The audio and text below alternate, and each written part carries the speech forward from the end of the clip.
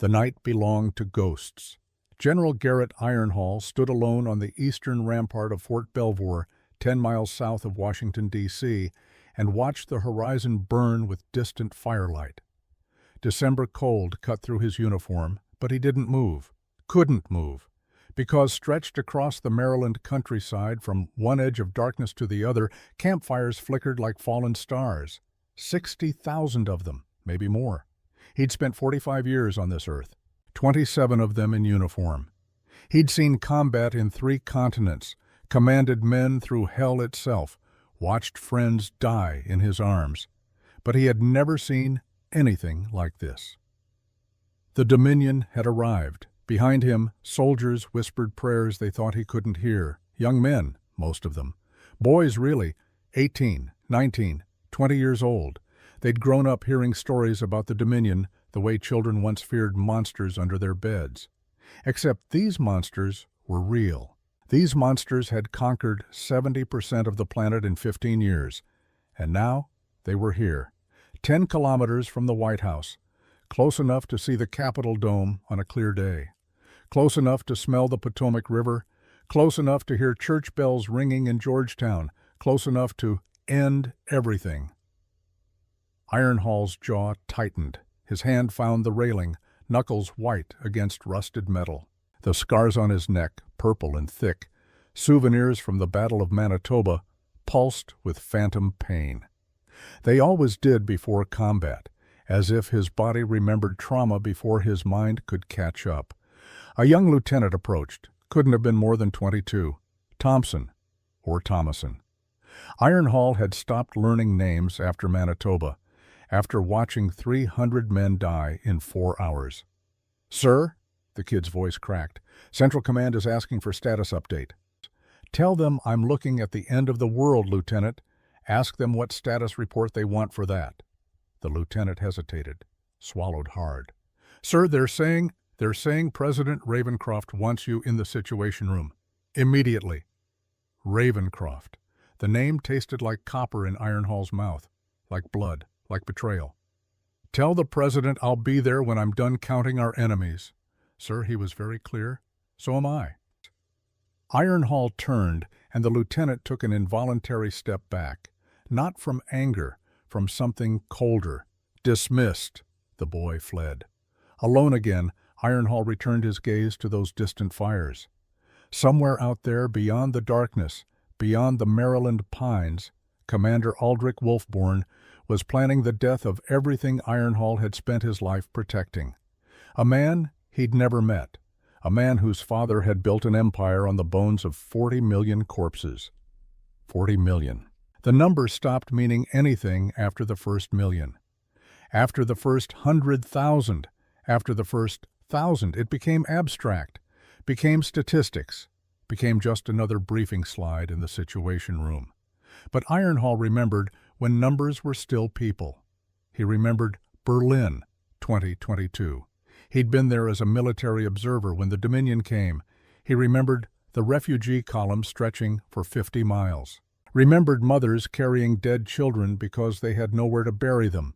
Remembered the smell of a city burning, not wood or gasoline, but something worse, the smell of civilization dying. He remembered Warsaw, 2023, the massacre that broke NATO's spine. 65,000 soldiers dead in a single afternoon. The Dominion lost 200 men, 200. The casualty ratio was so absurd that intelligence agencies spent 6 months trying to prove the numbers were propaganda. They weren't. Ironhall had read the after-action reports, had studied the battle footage until his eyes bled, had watched over and over as Dominion forces executed what military historians now called the most perfect feigned retreat in modern warfare.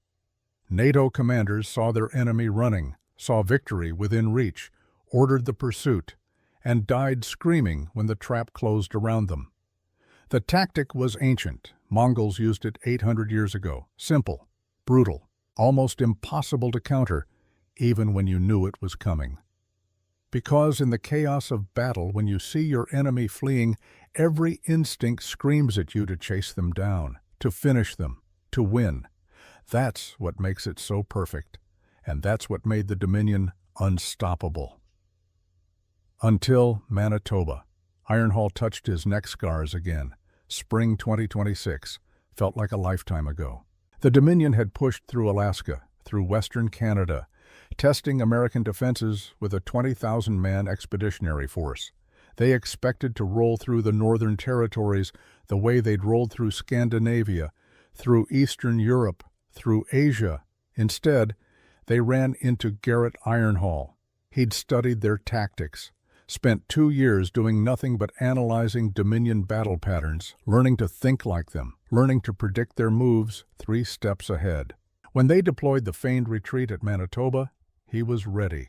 He didn't take the bait, held his line, let them run, waited. And when their flanking forces emerged from the forests, expecting to find scattered American troops, they found prepared defensive positions instead, anti-armor emplacements, artillery coordinates already locked in, drone countermeasures active. 20,000 Dominion soldiers went into Manitoba. 3,000 came out. The news feeds called it a miracle, called Ironhall the American Shield, talked about him like he was some kind of superhero, some savior who'd finally cracked the Dominion's invincibility code. But Ironhall knew the truth. He'd just gotten lucky. Lucky that the Dominion commander was overconfident, lucky that the terrain favored defense, lucky that his supply lines held and his communications didn't fail and his troops didn't panic when the first hypersonic missiles started falling. Luck, and luck runs out. It almost ran out at Fort Siveston, fall of 2027. The Dominion had captured a strategic base in Montana, dug in deep, looked ready to establish a permanent foothold in American territory. Ironhall force-marched 15,000 troops 400 miles in 6 days. His men slept 3 hours a night, ate rations on the move, developed frostbite and trench foot, and didn't complain because they knew what was at stake. They surrounded the fort, cut off supply lines, waited. The Dominion could have held for months, should have, had enough food, enough ammunition, enough defensive advantages to make any assault a bloodbath. But Ironhall didn't assault. He waited, played music over loudspeakers, American music, blues, jazz, rock and roll. Reminded the Dominion soldiers that they were 10,000 miles from home, surrounded by an enemy that wasn't going anywhere, dying for a cause that would forget their names before their bodies grew cold. Psychological warfare. It worked. The Dominion commander surrendered after 3 weeks. Ironhall brought him back to Washington in chains, paraded him through the streets like a Roman triumph. The media loved it. Ravencroft loved it. America needed a win, needed a hero, needed proof that the Dominion could bleed. But victories like Manitoba and Siveston weren't enough, because they were defensive wins, tactical successes, the kind of battles that slow down an empire, inconvenience it, make it think twice. They don't stop it. And now the Dominion was here, not a 20,000-man raiding party, not a garrison holding a single fort. The full weight of their war machine, commanded by Aldrich Wolfborn himself, Supreme Chancellor Magnus Wolfborn's only son, the prince of an empire that had crushed everything in its path for 15 years. 60,000 troops, maybe more. The satellites couldn't get an accurate count because the Dominion had learned to disperse their forces, to hide under thermal camouflage, to move in patterns that confused orbital reconnaissance. But Ironhall didn't need satellites to know the truth. This wasn't a raid. This was the end. One way or another, the war would be decided here, in Maryland, 10 kilometers from the heart of American democracy. His encrypted radio crackled. "Ironhall, this is Ravencroft. I'm not asking again. Get to the Situation Room, now." The voice carried that particular edge Ironhall had learned to recognize over the past 2 years. Not quite anger, not quite fear. Something in between. The voice of a man who'd murdered his way to power and couldn't afford to show weakness. Not now. Not ever. Ironhall keyed the radio. "On my way, Mr. President." He took one last look at those distant fires.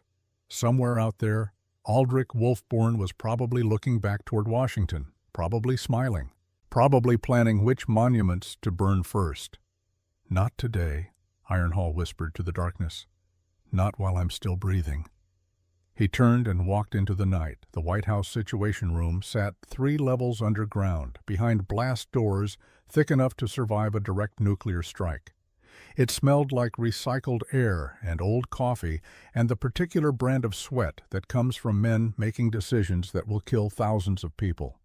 Satellite feeds covered every wall. Thermal imaging, troop movements, real-time casualty projections. The technology was state-of-the-art, cutting-edge, the kind of hardware that cost taxpayers billions of dollars. None of it mattered, because no amount of technology could change the fundamental math of warfare. The Dominion had more soldiers, better equipment, superior tactics, and an unbroken string of victories stretching back 15 years. America had Garrett Ironhall and Thaddeus Ravencroft. The president stood at the head of the conference table, 40 years old but looking a decade older. Gray had crept into his temples over the past 2 years, since the coup, since the murder. His hands gripped the table edge hard enough that the wood groaned. Presidential seal on his jacket, American flag pin on his lapel, all the trappings of legitimate authority. But Ironhall remembered the blood. November 2025, Camp David. Thanksgiving dinner that turned into a massacre. Ravencroft had invited his uncle, President Jonathan Ravencroft, for a quiet family holiday. Turkey, stuffing, pumpkin pie. 3 generations of Ravencrofts sitting around a table, talking politics and football and the weather.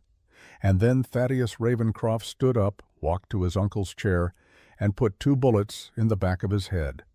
Ironhall wasn't there. Nobody was, except Ravencroft's personally selected Secret Service detail. But he'd read the forensic reports, seen the crime scene photos, knew exactly what happened that night. 17 people died at Camp David. President Jonathan Ravencroft, Vice President Margaret Hartley, 3 senators who'd come for the holiday, White House Chief of Staff, National Security Advisor, their spouses, their children. All dead, all murdered by the man who now wore the presidential seal and talked about defending democracy. Thaddeus Ravencroft hadn't even tried to hide it. Rode back to Washington that same night, blood still on his shoes, and declared martial law. Claimed the Dominion had infiltrated the highest levels of government. Claimed his uncle was about to surrender America to enemy control. Claimed he'd acted to save the Republic. Congress demanded an investigation. Ravencroft arrested Congress. The media called it a coup. Ravencroft shut down the media. Within 72 hours, Thaddeus Ravencroft controlled every lever of power in the United States government. Within a week, anyone who might challenge his authority was either in prison, in hiding, or in the ground. And Garrett Ironhall, who'd spent his entire adult life defending the Constitution, who'd sworn an oath to protect America from enemies foreign and domestic, did nothing. Because Thaddeus Ravencroft was right about one thing. 1. President Jonathan Ravencroft had been planning to negotiate with the Dominion, had been preparing to offer territorial concessions in Alaska and Hawaii in exchange for a peace treaty, had genuinely believed that accommodation was possible, that the Dominion could be reasoned with, that there was a diplomatic solution to a military problem. He'd been wrong. The Dominion didn't negotiate, didn't compromise, didn't accept anything less than total surrender. Jonathan Ravencroft's peace initiative would have been interpreted as weakness, would have encouraged the Dominion to accelerate their invasion timeline, would have gotten millions of Americans killed. Thaddeus Ravencroft understood that. So he killed his uncle, seized power, transformed America into a military dictatorship designed for one purpose: survival. And Garrett Ironhall, who should have arrested him, who should have stopped him, who should have upheld his oath to defend the Constitution against all enemies, foreign and domestic, made a choice. He chose to serve a tyrant rather than watch his country die. God forgive him. General Ironhall, Ravencroft's voice cut through the silence. Thank you for joining us. The sarcasm was subtle but present. Around the table sat what remained of America's military leadership. General Silas Stonemark, heavy cavalry commander, 60 years old, and missing his left eye from the Battle of Berlin. Colonel Evelyn Winterbourne, left flank specialist, brilliant tactician with ice in her veins. Winston Graydon, chief of staff, bureaucrat, and survivor who'd managed to stay alive through 3 administrations and 1 coup. All of them looked at Ironhall with the same expression: hope, fear, desperation. He was their best chance, their only chance. The man who'd beaten the Dominion twice when everyone said it was impossible. Ironhall took his seat, said nothing. Ravencroft gestured to the satellite feeds. Intelligence confirms 60,000 Dominion troops at Kensington, Maryland. Commander Aldrich Wolfborn is personally leading the force. They arrived 4 hours ago and have made no aggressive moves toward the city. No bombardment, no reconnaissance probes. They're just sitting there. Waiting for us to make the first move, Winterbourne said. Her voice carried a slight British accent, remnant of a childhood spent in London before the Dominion burned it to ash. Classic siege psychology. Let the defenders stew in their fear. Let panic spread through the civilian population. Force us to act. Graydon cleared his throat. Mr. President, I must reiterate my recommendation. We should not engage in open battle. The defensive advantages of Washington's fortifications are substantial. If we force them to conduct urban warfare, they'll level the city block by block, Ironhall interrupted, his first words since entering the room. The Dominion doesn't do urban combat. They reduce cities to rubble and call it pacification. You want to turn D.C. into Warsaw, into Berlin, 3 million civilians trapped in a meat grinder? Better than losing our entire army in a single afternoon, Graydon shot back. Gentlemen, Ravencroft's voice carried steel beneath the civility. The decision isn't whether to fight. It's how. General Ironhall, your assessment. Ironhall stood, walked to the satellite display, stared at those thermal signatures marking Dominion positions. They marched 6 months to get here, he said quietly. Alaska to Montana, Montana to the Dakotas, Dakotas to Minnesota, Minnesota to Wisconsin, Wisconsin to Illinois, Illinois to Indiana, Indiana to Ohio, Ohio to Pennsylvania, Pennsylvania to Maryland, 3,000 miles. And they didn't stop once, didn't capture a single city, didn't loot, didn't pillage, just marched. He turned to face the room. Why? Silence. Because this isn't about conquest, Ironhall continued. It's about symbolism. Aldrich Wolfborn didn't come here to add territory to his father's empire. He came here to prove something. To himself. To his father. To the world. He came here to break America's will to resist. One battle. One decisive victory. Capture Washington. Parade our president through the streets in chains, and watch the rest of the country crumble from within. Ravencroft's jaw tightened. You're saying he wants me specifically. I'm saying he wants a spectacle. Ironhall met the president's eyes. Kings fight kings. That's how empires prove their legitimacy. If you hide behind walls, if you send me to fight in your place, Aldrich wins the propaganda war even if he loses the battle. He'll tell the world that America's president was too cowardly to face him. Every state governor from Texas to Maine will interpret that as weakness. Rebellions will break out within months. The Union will fracture, and the Dominion won't even need to conquer us because we'll destroy ourselves. The room held its breath. Ravencroft stared at Ironhall for a long moment. Then, slowly, he smiled. It didn't reach his eyes. You want me to ride out and meet them in open battle? Svim? I want you to be the president this country needs, Ironhall said. Not the one it deserves. Another silence. Longer this time. Stonemark broke it. General Ironhall is correct. This is about more than military tactics. It's about national unity, about proving that America still has leaders willing to stand and fight. Winterbourne nodded. But we need to be smart about it.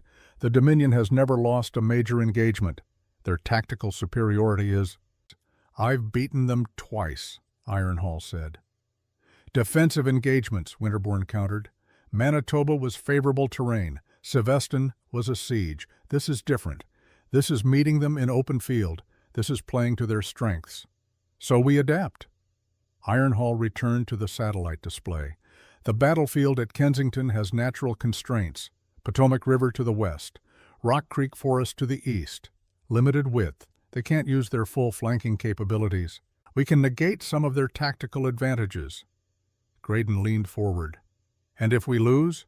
If they execute another Warsaw? Then we lose, Ravencroft said quietly.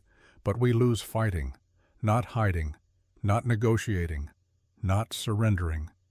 We lose like Americans. He stood, walked to the display, stared at those Dominion positions. My uncle would have negotiated, he said. Would have offered them Alaska, Hawaii, maybe even California. Would have believed he was saving lives through diplomacy. And the Dominion would have smiled, accepted his concessions, and invaded anyway, because they don't respect weakness. They exploit it. Ravencroft turned to face his generals. I killed my uncle because I understood something he never could. Sometimes the only way to save a nation is to become the monster it needs. Sometimes you have to make choices that history will judge harshly. Sometimes you have to sacrifice your soul to protect your people's future. His voice dropped to barely a whisper. I'm already damned, already a murderer, already a tyrant. History will remember me as the president who stole power through blood. Fine, let them. But they'll also remember that I stood and fought when the Dominion came, that I didn't hide, didn't surrender, didn't betray everything America represents. He looked at Ironhall. Tomorrow morning we march to Kensington, full army, presidential standard flying. We meet Aldrich Wolfborn on the field of battle, and we either win or we die trying. Ironhall held his gaze, saw the determination there, the fear, the guilt, the absolute certainty of a man who'd murdered 17 people and convinced himself it was necessary. Maybe it was. Maybe history would prove Thaddeus Ravencroft was right to kill his uncle. Maybe the coup saved America. Maybe tyranny was the only answer to an existential threat. Or maybe Ironhall was just making excuses for serving a dictator because the alternative was watching his country burn. He'd probably never know. Yes, Mr. President, Ironhall said. Tomorrow we fight. The meeting dissolved. Generals scattered to prepare their commands. Ironhall lingered, staring at the satellite feeds. Ravencroft approached, stood beside him in silence. You think I'm a monster, the president said finally. I think you're what this moment requires, Ironhall replied. Whether that makes you a monster or a savior, I'll let history decide. You could have stopped me 2 years ago, after Camp David. You had the authority, the respect, the military backing.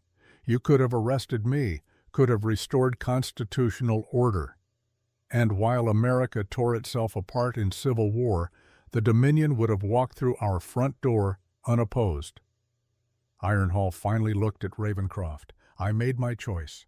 I serve you because the alternative is extinction. But don't mistake my service for approval. Ravencroft nodded slowly. Fair enough. He paused. If I die tomorrow, you won't. But if I do, I want you to know. The things I've done, the people I've killed, it wasn't about power. It was about survival. Yours, mine, America's. I'm not asking for forgiveness, just understanding.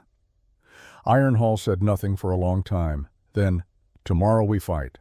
That's all that matters now. He left Ravencroft alone in the Situation Room, surrounded by screens showing an empire's armies camped at the gates of democracy. Outside, Washington slept uneasily. Refugees clogged the streets, fleeing south toward Virginia.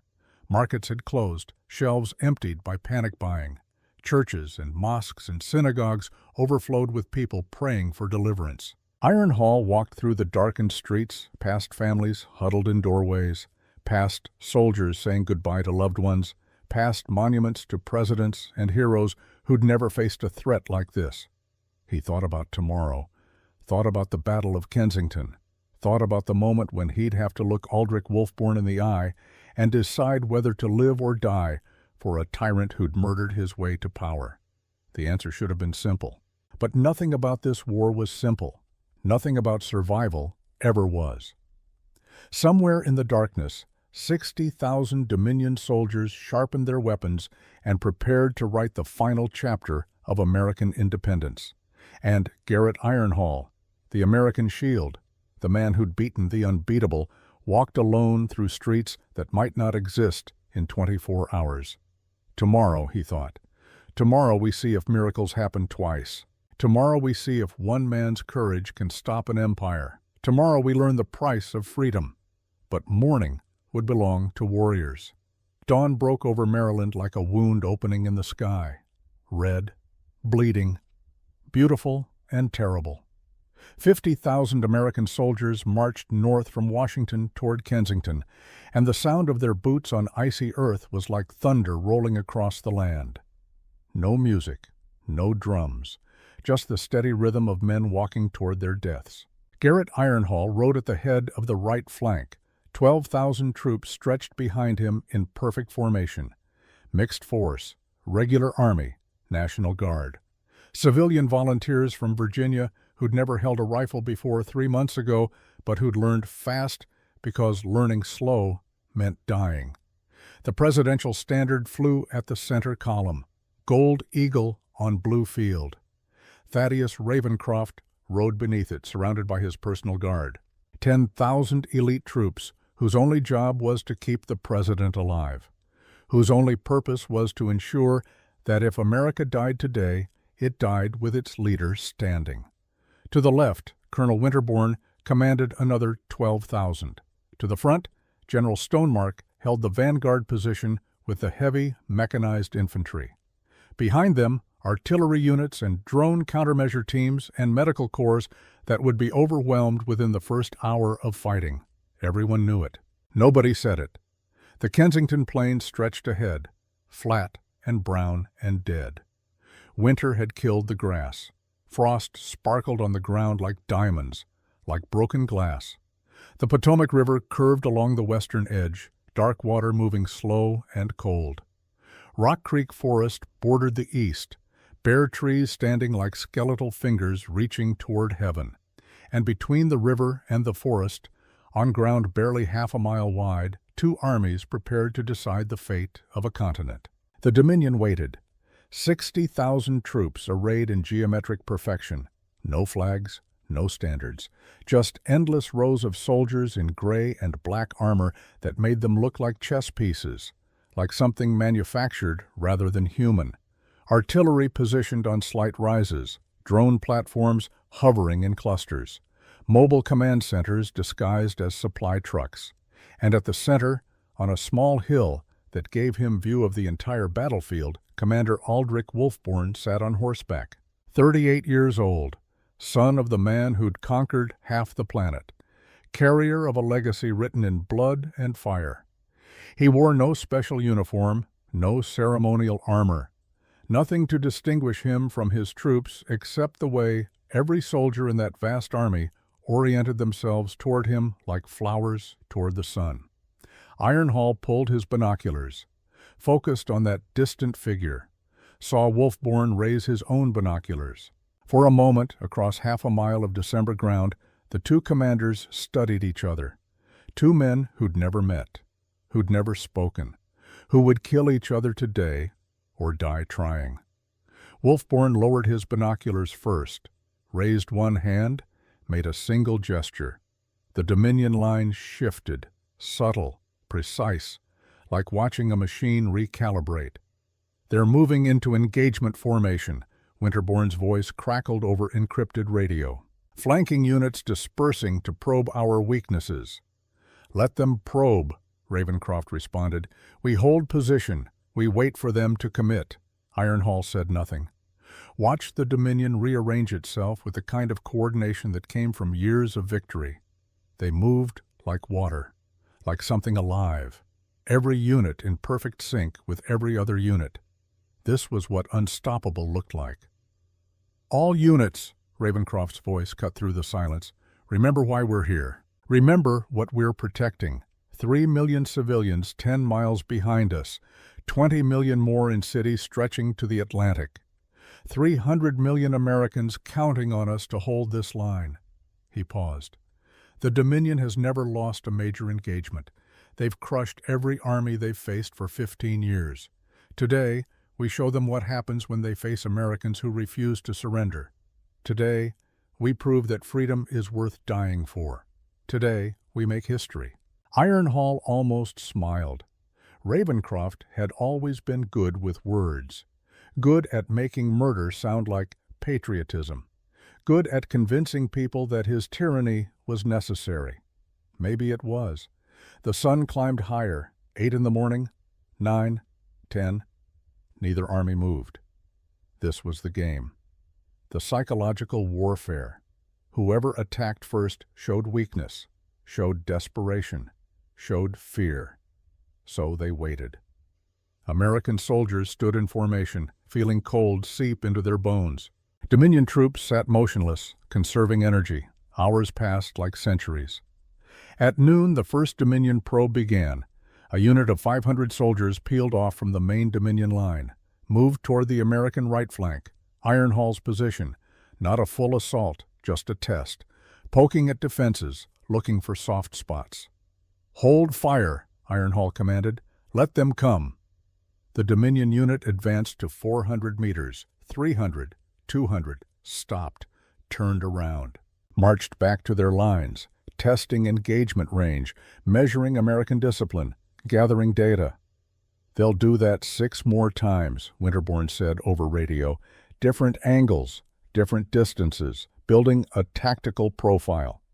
She was right. Over the next 2 hours, the Dominion sent 7 more probing attacks, each one testing a different section of the American line, each one retreating before actual engagement, each one gathering intelligence, learning patterns, identifying weaknesses. Standard doctrine. By 2 in the afternoon, Aldrich Wolfborn knew everything he needed to know about American defensive capabilities. Now he'd exploit them. The 8th probe came at Iron Hall's right flank again. 3,000 troops this time. Led by a captain whose name Iron Hall would later learn was Draven Murdoch, Scottish mercenary, former SAS, before the Dominion conquered Britain. Man who'd personally killed 400 NATO soldiers at Warsaw. This wasn't a probe. This was harassment. Murdoch's unit advanced to 200 meters and stopped. Deployed drone swarms, small quadcopters armed with shaped charges and autonomous targeting. They rose into the air like a swarm of mechanical hornets. 50 drones, then 100, then 200. They screamed toward the American line.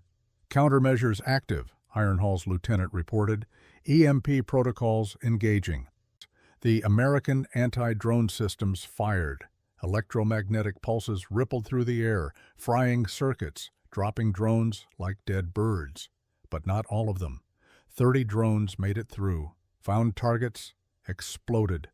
50 American soldiers died in the first strike, bodies torn apart, screams cut short, blood on winter soil.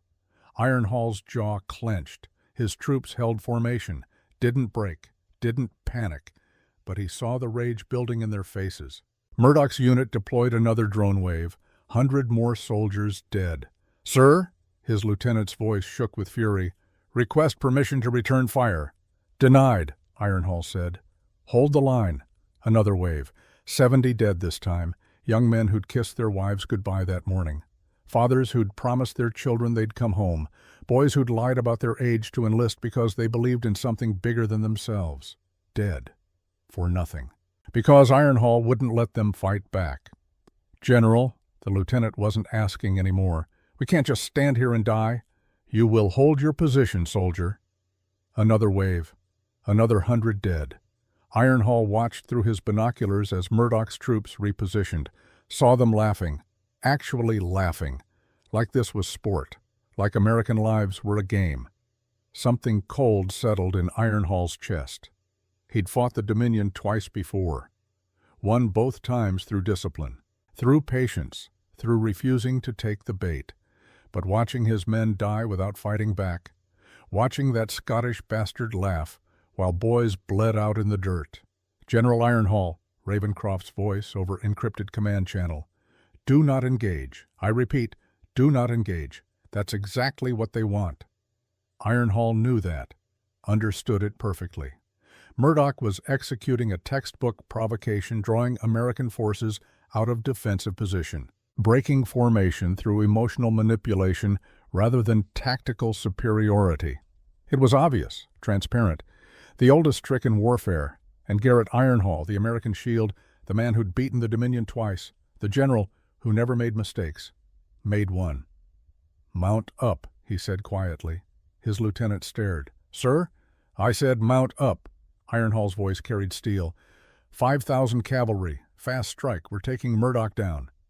"Sir, President Ravencroft ordered—" "I don't recall asking for your opinion, Lieutenant. Mount up." The order rippled through the right flank.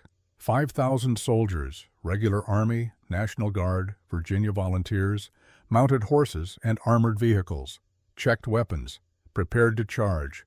Ironhall's radio exploded. "Garrett!" Ravencroft's voice, desperate now. "Stand down! That's a direct order. Stand down!" Ironhall switched off the radio, looked at his troops. Saw boys who'd watched their friends die. Saw men who wanted revenge. Saw faces twisted with rage and fear, and the desperate need to do something, anything, except stand and take punishment. He saw himself reflected in their eyes, and he made his choice. "For America," Ironhall said. "For everyone we've lost. For everyone counting on us." He drew his sidearm. "Charge!" 5,000 voices roared as one. Horses thundered across hardened dirt. Armored vehicles accelerated.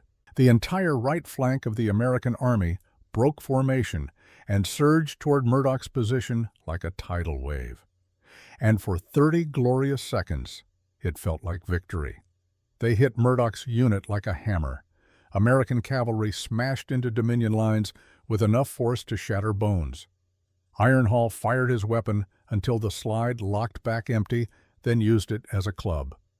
Around him, his troops fought with the fury of men who'd been holding back too long. Murdoch's soldiers scattered, retreated, ran. "They're breaking!" someone screamed. "They're running!" Ironhall saw Dominion soldiers fleeing, saw them dropping weapons, saw panic in their movements, saw victory within reach. "After them!" his lieutenant yelled. "Don't let them escape!" The American cavalry pursued. 1 kilometer, 2, 3, getting farther from the main defensive line with every second, getting farther from support, getting farther from safety. And that's when Ironhall realized, oh God, no, they weren't running. They were leading. "Stop!" he screamed into his radio.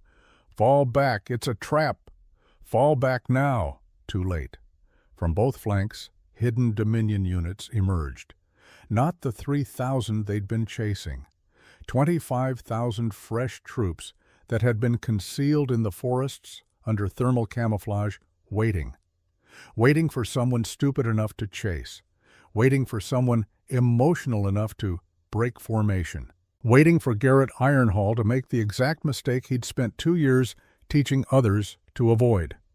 The trap closed like jaws.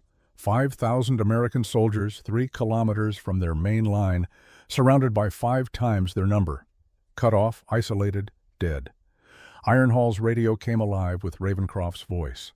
Didn't sound angry, sounded broken. "Zach," the president used his first name, first time in 2 years. "Zach, what did you do?" Ironhall couldn't answer. Couldn't breathe. Could only watch as the mathematics of warfare played out in real time. 25,000 Dominion troops formed a perfect encirclement. Artillery repositioned to prevent rescue attempts. Drone swarms launched to cut off any American reinforcement. Professional, precise, perfect. Ironhall looked at his troops, saw understanding dawn on their faces, saw the moment they realized they'd been played, that their general had led them into a slaughter, that they were going to die. "Form defensive circle," Ironhall ordered. "Backs together, we hold here." His soldiers obeyed. 5,000 Americans formed a ring, weapons pointing outward. Vehicles arranged for cover. Every man checking ammunition, assessing casualties, preparing for what came next. The Dominion didn't attack immediately. They just waited, tightened the circle, let the Americans understand their situation, let fear do its work. Ironhall keyed his radio. "Mr. President, I fucked up. I'm sorry. I got them killed." Silence on the other end. Then, "Can you break out?" "No, sir." "Can I send reinforcements?" "No, sir. They've got anti-air active. Artillery zeroed. Anyone you send dies before they reach us." Another pause. "Then hold as long as you can," Ravencroft said quietly. "Make them pay for every inch. Make your stand count for something." "Yes, sir?" Ironhall's voice cracked. "Sir, tell my daughter—" "I will." The radio went silent. Ironhall looked at his troops. 5,000 faces, some crying, some praying, some just staring at the enemy with the kind of calm that comes from accepting death. "Listen to me," Ironhall said. His voice carried across the circle. "I led you here. I made the call. This is my fault, my responsibility, my failure."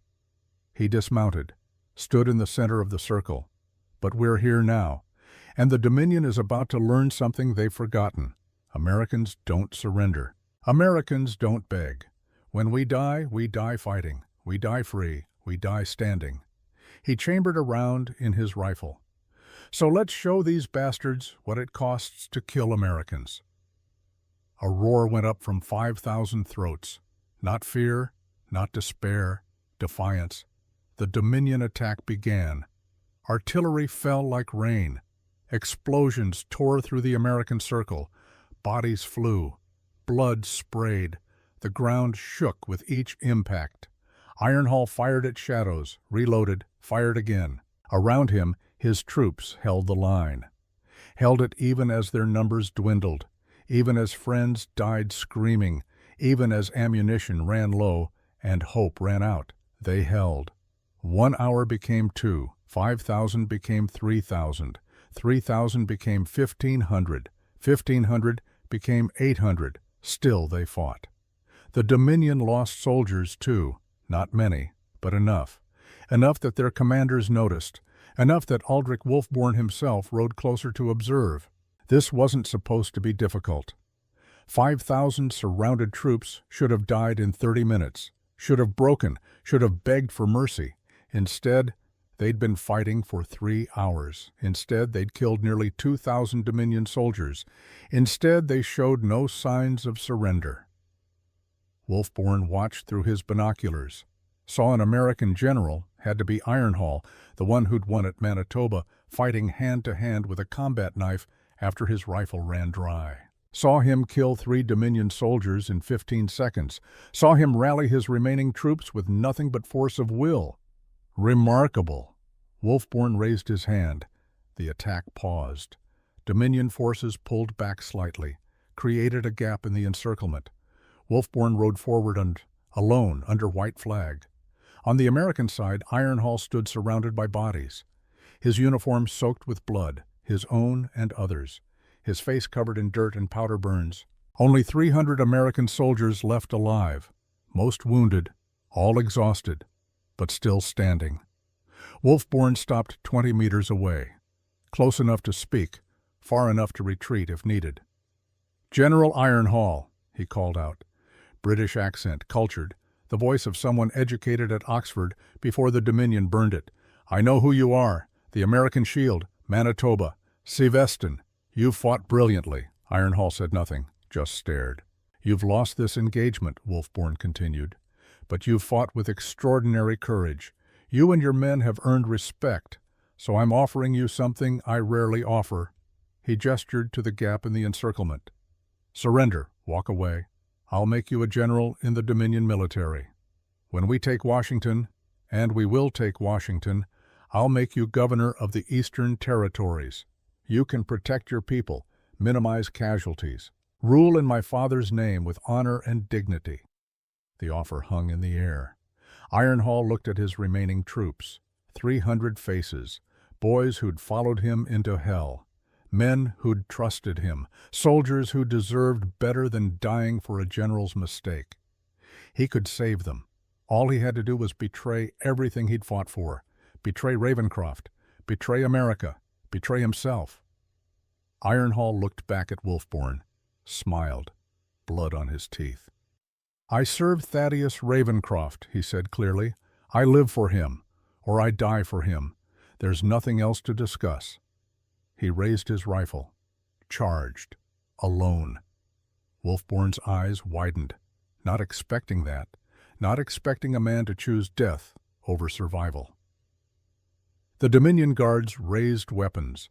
Ironhall fired as he ran, dropped 2 guards, 3, 4, 20 meters became 10, 10 became 5. He was going to reach Wolfborn, going to kill him, going to take the Dominion commander with him into death. 4 meters, 3. Wolfborn drew his sidearm, 2 meters. Ironhall's rifle clicked empty. He dropped it, drew his combat knife. 1 meter. Wolfborn fired, missed. The range too close, the angle wrong, Ironhall moving too fast. Ironhall tackled him. Both men went down, rolled in the dirt, struggled for dominance.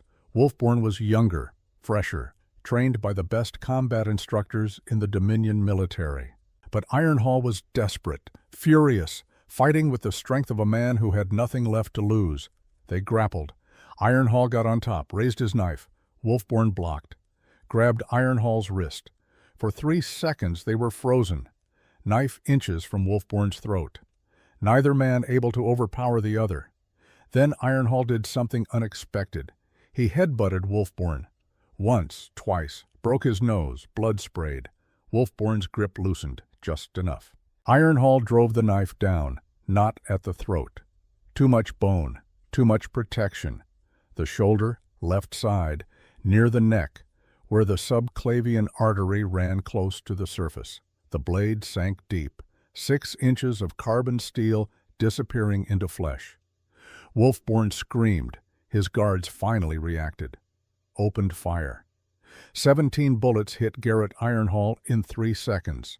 He fell, lay on cold earth, staring at the sky. Thought about his daughter, hoped she'd understand. Hoped history would remember this meant something. His last words, barely a whisper, "Worth it." Then nothing. Chaos erupted in the Dominion lines. Medics rushed to Wolfborn, pulled out the knife. Blood poured from the wound. Not arterial spray, Ironhall had missed the major vessel by millimeters, but deep, dangerous, the kind of injury that needed immediate surgical intervention. Field medics did what they could, packed the wound, applied pressure, administered clotting agents. But they were in the middle of a battlefield. No hospital, no proper surgical equipment, just combat medicine designed for minor injuries, not deep, penetrating trauma. Wolfborn's second in command, a colonel whose name didn't matter, took control, ordered the remaining American troops executed, all 300. No prisoners, no mercy. It took 10 minutes. When it was done, 5,000 American soldiers lay dead on December ground 3 kilometers from their main line. And Aldrich Wolfborn lay on a medical cot, fever already beginning, infection already spreading through his bloodstream. The Dominion turned toward the main American army. Thaddeus Ravencroft watched from the center line as the Dominion force reformed. Watched them prepare for the main assault, knew that without Ironhall, without his best general, his chances of victory had just dropped from slim to non-existent. "All units," he said quietly, "prepare for engagement. They're coming." The Dominion came, 60,000 troops minus the 4,000 they'd lost in the encirclement. Still a massive numerical advantage, still superior tactics, still undefeated. They hit the American center line like a tsunami. Artillery bombardment, drone swarms, infantry assault, everything the Dominion had learned in 15 years of conquest, brought to bear on a defensive line held by soldiers who'd just watched their best general die. But the American line didn't break. Stonemark's heavy infantry absorbed the first assault, held position, returned fire. Artillery units coordinated defensive barrages. Drone countermeasures worked overtime. Ravencroft fought personally, not directing from safety, actually fighting, rifle in hand, shooting Dominion soldiers, rallying his troops through example. Say what you want about Thaddeus Ravenscroft. Call him a murderer, call him a tyrant, call him a usurper who killed his way to power. But nobody could call him a coward. The battle raged for 6 hours. 8,000 Americans died. 5,000 Dominion troops died. Neither side broke. As the sun set on December 22nd, both armies pulled back, exhausted, bloodied, damaged but not destroyed. Ironhall's sacrifice had bought them one thing: time. In the American camp that night, Ravenscroft met with his surviving commanders. Stonemark had lost his right arm to shrapnel. Winterbourne had taken a bullet through the shoulder, both still alive, still functional. Casualties? Ravenscroft asked. 13,000 total, Winterbourne reported. 5 from Ironhall's encirclement, 8 from the main engagement. Dominion?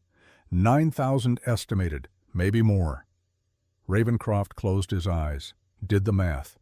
The Dominion could sustain those losses. America couldn't. "Sir," Stonemark said, "we should retreat, fall back to Washington, use the defenses." "No." Ravenscroft's voice carried absolute certainty. "If I move, it will only be forward. Tomorrow we fight again." In the Dominion camp, Aldrich Wolfborn lay on a cot, slipping in and out of consciousness. The wound had been cleaned, stitched, bandaged. But infection had already set in. His temperature climbed to 104 degrees. Field medics administered antibiotics. Didn't help. The bacteria was resistant, or the wound was too deep, or battlefield medicine simply wasn't enough. Wolfborn's fever climbed higher. His second-in-command faced an impossible choice. Continue the assault with a dying commander, or retreat? December 23rd passed in stalemate. Small skirmishes, no major engagement. Both armies watching, waiting. December 24th, Christmas Eve. Still no battle. The silence was eerie, unnatural. In the Dominion camp, Wolfborn could barely speak. The infection had spread to his bloodstream, sepsis. Medieval battlefield medicine had no answer for advanced bacterial infection. He was dying. His officers held an emergency meeting. The math was brutal. They were low on supplies after 6 months of marching. Local food sources had been evacuated or destroyed. American reinforcements were approaching from the west, and their commander was dying. For the first time in 15 years, a Dominion army considered retreat. On the night of December 24th, they made their decision. At 3 a.m, Christmas Day, the Dominion began withdrawing, quietly, professionally, under cover of darkness. By dawn, they were gone. American scouts discovered the empty camp at sunrise. For a moment, nobody believed it. Then someone started shouting, "They're gone! They retreated! We won!" The victory cry spread through the American army like wildfire. Soldiers embraced, wept, collapsed from exhaustion and relief. They'd survived. Washington had survived. America had survived. Thaddeus Ravenscroft stood alone in his command tent, staring at satellite feeds showing Dominion forces retreating north. He didn't smile, didn't celebrate, just looked at the casualty reports. 13,000 American dead, including Garrett Ironhall, the man who'd saved Washington by wounding Aldrich Wolfborn, the man who'd disobeyed direct orders, the man who'd gotten 5,000 soldiers killed, the man whose sacrifice had turned the tide of battle. Ravenscroft picked up a pen, began writing the official after-action report. He wrote about the battle, about casualties, about tactical decisions. He wrote about Stonemark's heroic defense, about Winterbourne's brilliant coordination. He wrote about the mysterious Dominion retreat, about American perseverance, about freedom prevailing over tyranny. He did not write about Garrett Ironhall. Not once, not ever. The American shield, the man who'd beaten the Dominion twice, the general whose final act saved the nation, was erased from history before his body was cold. Because Thaddeus Ravenscroft understood something that idealists never could. Discipline matters more than heroism. Orders matter more than courage. And disobedience, even heroic disobedience, cannot be rewarded. Not if you want to maintain an army. not if you want to survive. So Garrett Ironhall disappeared from the official record, became a classified casualty, a number in a spreadsheet, a grave with no name.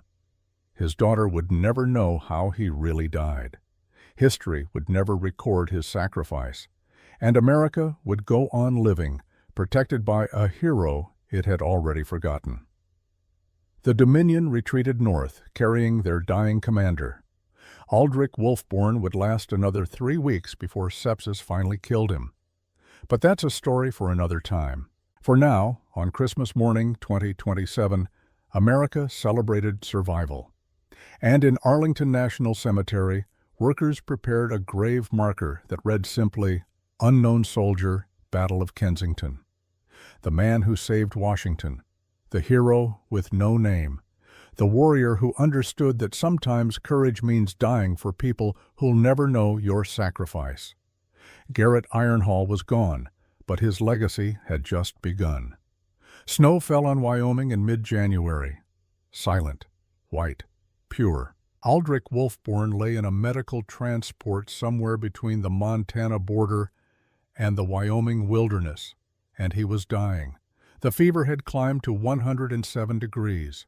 His shoulder wound had turned black around the edges, necrosis spreading, tissue dying. The infection had entered his bloodstream 3 days ago, and now it was everywhere. In his lungs, his kidneys, his brain. Sepsis. The medical term sounded clinical, professional, like something that could be treated with the right antibiotics, the right surgery, the right hospital. But there were no hospitals out here, no surgical theaters, no intensive care units with machines that could filter blood and administer IV antibiotics and monitor vital signs every second. Just a converted cargo truck with basic field medical equipment and 3 medics who knew their patient was beyond saving. Wolfborn drifted in and out of consciousness. When he was awake, he saw faces. His father, Supreme Chancellor Magnus Wolfborn, sitting in the war room at Ironhold, reviewing casualty reports. His mother, dead 15 years, smiling at him from a memory so old it might have been someone else's life. His troops, 60,000 strong, watching him fail.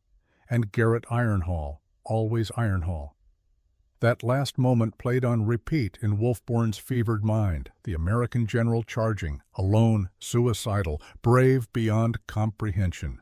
That combat knife rising, falling, biting deep, 6 inches of steel changing the course of history. "Commander," one of the medics leaned close. Young woman. Couldn't have been more than 25. "Can you hear me?" Wolfborn's lips moved. No sound came out.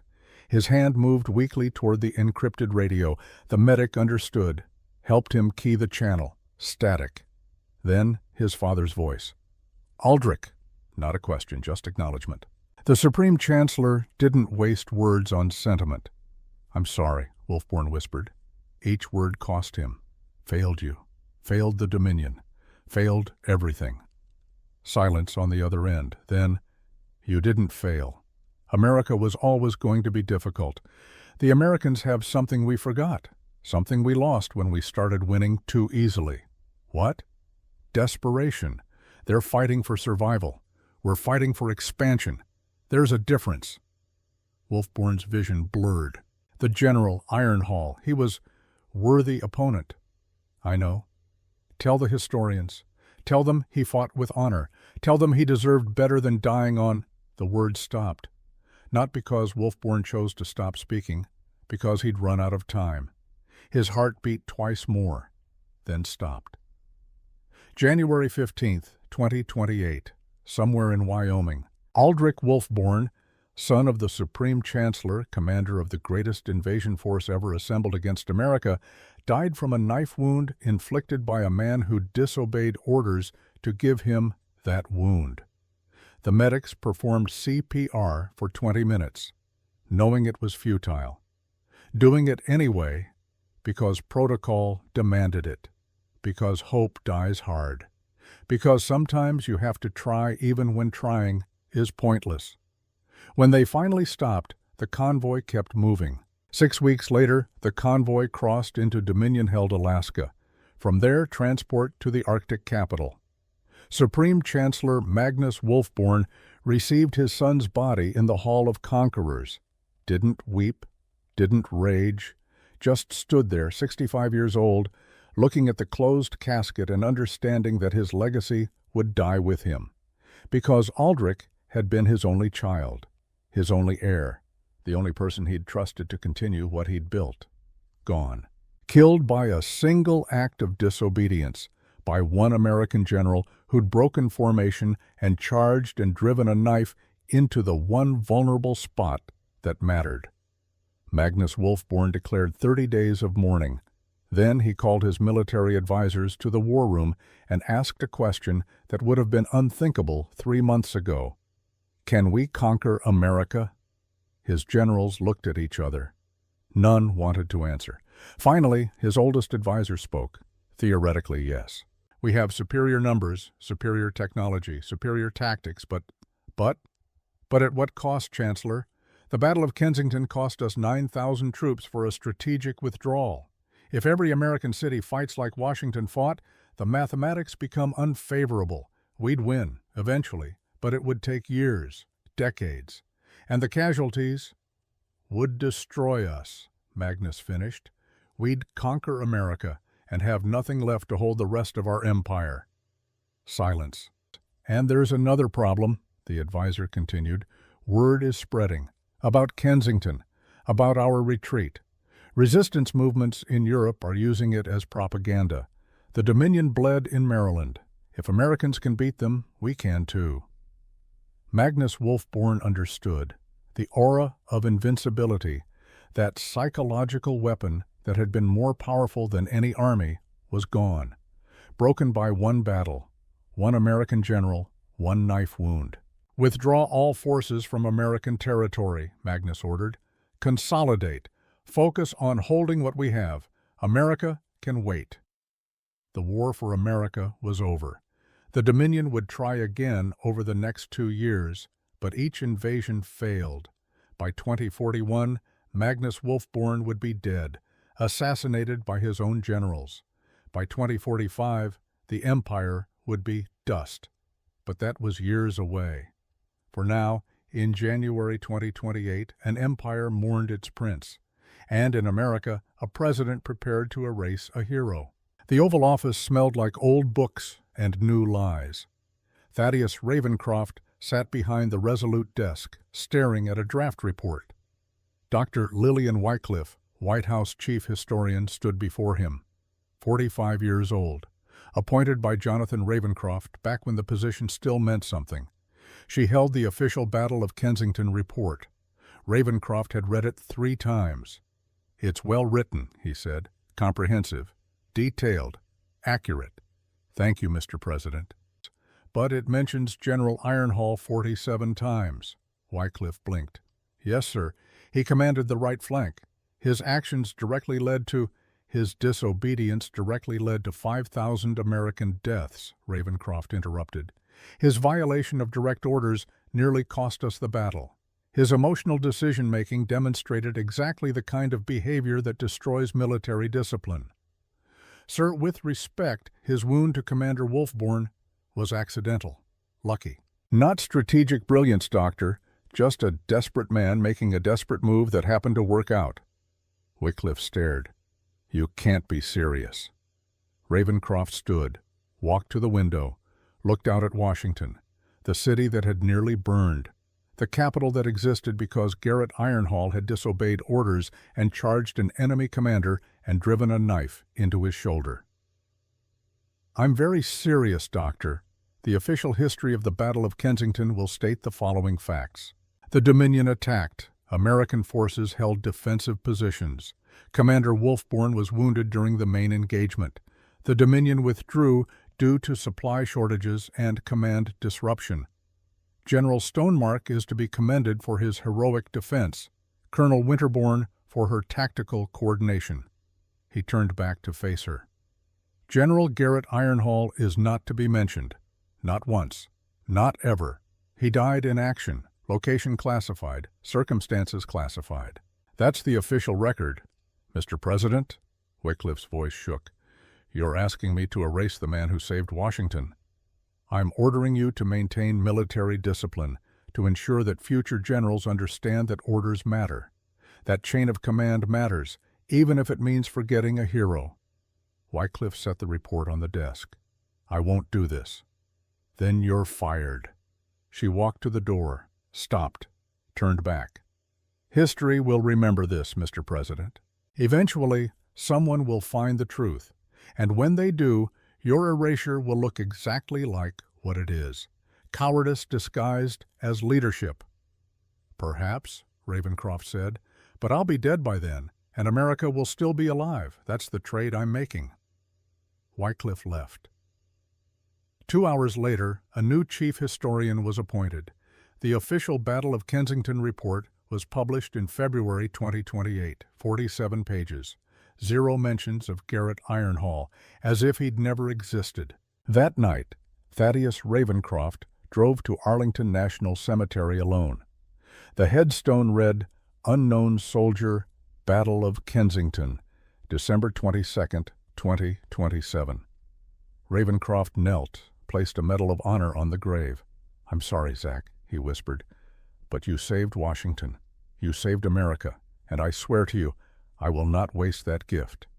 He stood, saluted, left.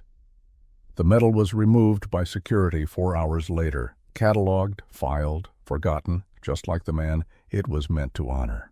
The Dominion attacked America 3 more times between 2028 and 2030. Each invasion failed.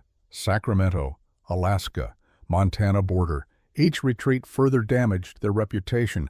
Each defeat inspired resistance movements across their crumbling empire. Thaddeus Ravencroft served 3 terms as president, 2025 to 2037. 12 years of iron rule defending America while transforming it into something his uncle wouldn't recognize. He died in 2037 of a heart attack, 49 years old. Worked himself to death trying to justify the murders that gave him power. His state funeral drew millions. They built monuments to him, named schools after him, called him the president who saved America. And nobody mentioned the 17 people he'd murdered at Camp David. History is written by survivors. And Thaddeus Ravencroft survived long enough to control the narrative. Almost. 2045, 18 years after the Battle of Kensington. Dr. Owen Radcliffe, 32 years old, independent historian at UCLA, noticed something odd while researching the Dominion War. The official casualty figures for Kensington listed 8,000 American dead, but Arlington burial records showed 13,000 soldiers with Battle of Kensington death dates, 5,000 missing. He dug deeper, found classified supply requisitions, food, ammunition, medical supplies all dated December 22, 2027. All shipped to a unit that didn't exist in the official records. The Right Flank Division, 12,000 troops, commander classified. Radcliffe spent 6 months filing Freedom of Information requests. Every single one denied. Classified for national security reasons. He interviewed veterans, old men now. Most wouldn't talk, too much trauma. But a few whispered stories about a general named Ironhall, about a charge that should never have happened, about 5,000 men surrounded and dying and fighting anyway, about a commander who refused surrender and killed a Dominion prince. Radcliffe couldn't find any official confirmation, no records, no reports, no mentions in any government document. Then he got a package, anonymous sender, no return address. Inside, a journal, leather-bound, water-damaged, blood-stained. The first page read, Property of General Garrett Ironhall, United States Army. Radcliffe's hands shook as he read the final entry, dated December 22, 2027, 6 a.m. If I die today, let it mean something. Let it protect my daughter's future. Let it prove Americans don't surrender. Ravencroft will probably erase me from the records if I fuck up. But that's okay. Heroes don't need monuments. They just need to do what's right. Whatever happens today, I die free. That's enough. Radcliffe read those words 10 times. Then he started writing. Du tuk stantiae keturias decimt sheshtas. The Forgotten Hero, General Garrett Ironhall and the Battle of Kensington, published by Oxford University Press. It became a bestseller overnight. Public outrage erupted. Congressional hearings were called. Classified documents declassified. The full story emerged. Ironhall's daughter, now 42 years old, gave her first public interview. "My father came to me the night before the battle," she said, voice breaking. "Told me he loved me.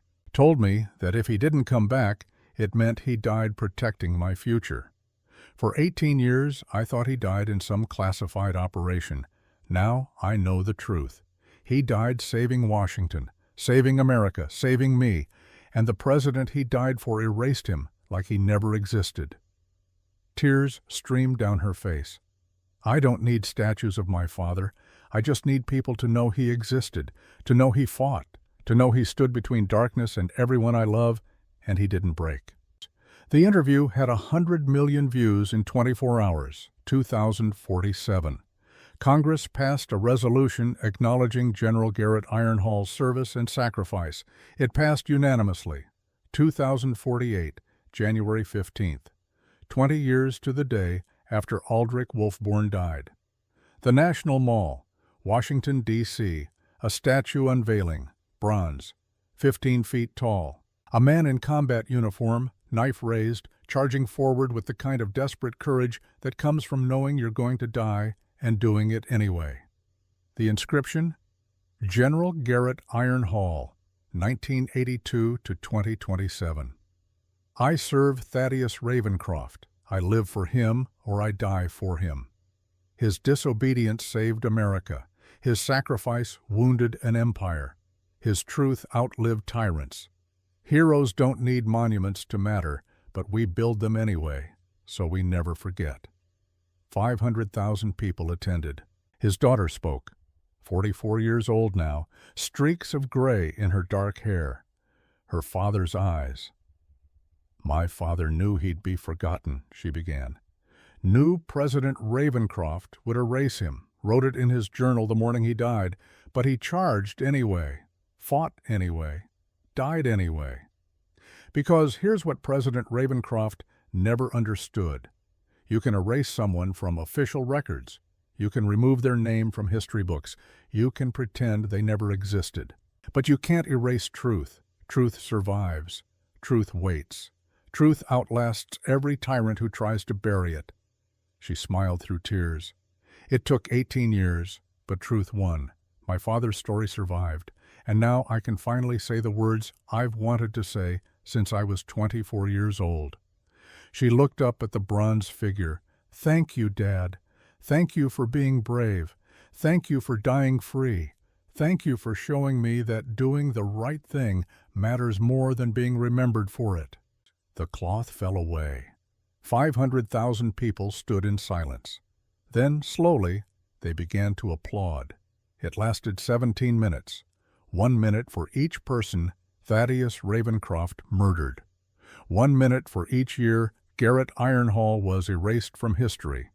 When it stopped, the crowd dispersed, but a single figure remained. Dr. Owen Radcliffe stood before the statue, holding the journal. "I found your truth, General," he said quietly. "Made sure the world knows. Made sure your daughter understands. Made sure you're remembered." He placed the journal at the base of the statue. A museum would collect it later. Preserve it. Display it. Radcliffe walked away. Behind him, the statue stood silent. Bronze general, frozen charge, eternal reminder that courage matters more than recognition, that sacrifice outlasts erasure, that truth eventually always wins. In the growing darkness, 500,000 people made their way home through Washington's streets. The city Garrett Ironhall had saved. The capital that existed because one man chose to die free rather than live broken. His name was forgotten for 18 years, but his legacy never died. And now, standing watch over the National Mall, the American shield would remember that for all of us, forever charging, forever fighting, forever free.